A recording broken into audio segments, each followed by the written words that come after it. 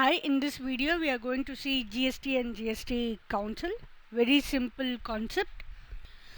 So we have GSTN, that is GSTN, okay, GSTN and GST Council. There is a GST Council which is for only for goods and service tax network. So GSTN is goods and service tax network. GSTN is a section 8 company under the Companies Act 2013. So specifically a section 8 company is being formed for the purpose of GST. GST Council is a section 8 company. Section 8 companies are non-profit companies, non-government companies, private limited companies. Okay. So what are the statutory functions of the council?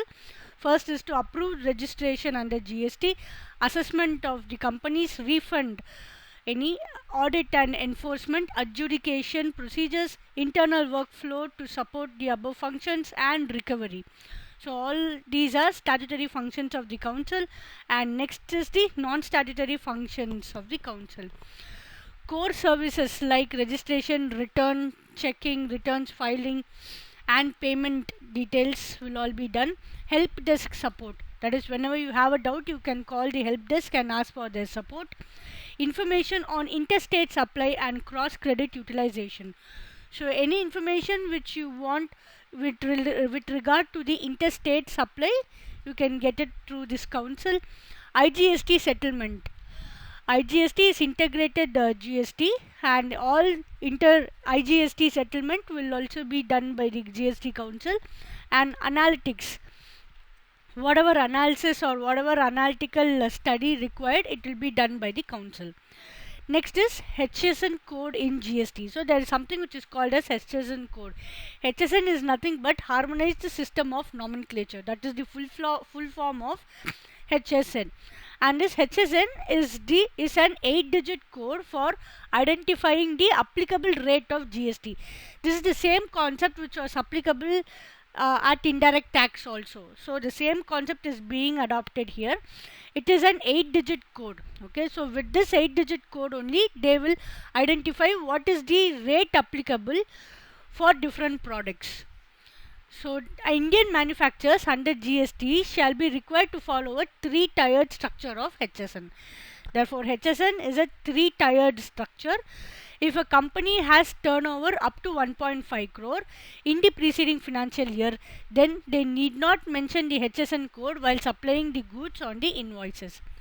That is the first tier. Second, if a company has turnover more than 1.5 crore but up to 5 crore, then they need to mention the two-digit HSN code while supplying the goods on invoices.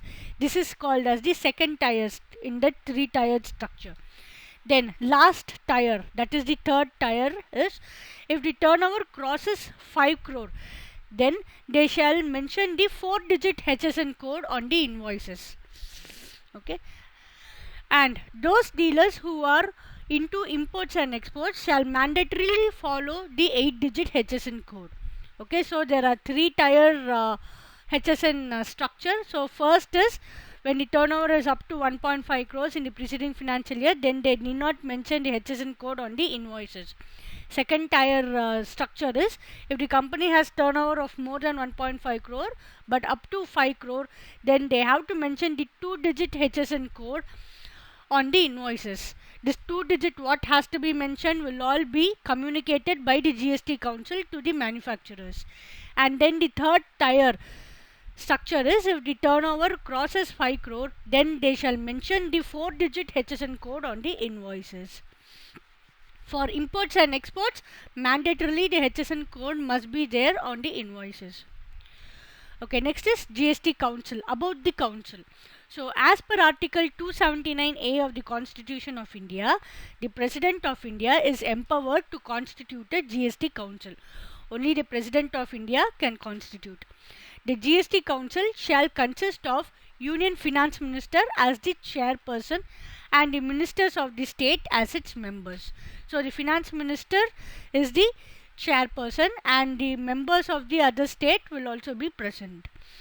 The mechanism of GST Council would ensure harmonization on different aspects of GST between the center and the state and among the states. Harmonization means equality, okay, and harmony, peace between the states, between the central government and the state government, and among the state governments. It will maintain peace and harmony all over the world. Functions of GST Council: to make recommendations to the central government and state government on the tax rates, to make recommendations to the central government and state government on exemptions available, to make recommendations to the central government and state government on the threshold limits, to make recommendation to the central government and state government on the dispute resolution of a dispute. Next is to make recommendation to the central government and state government on GST legislation, including rules and notifications. So these are the broad provisions or functions of GST. We have also seen GSTN, that is Goods and Service Tax Network, their statutory functions and non-statutory functions, and about the HSN code. Very simple concepts.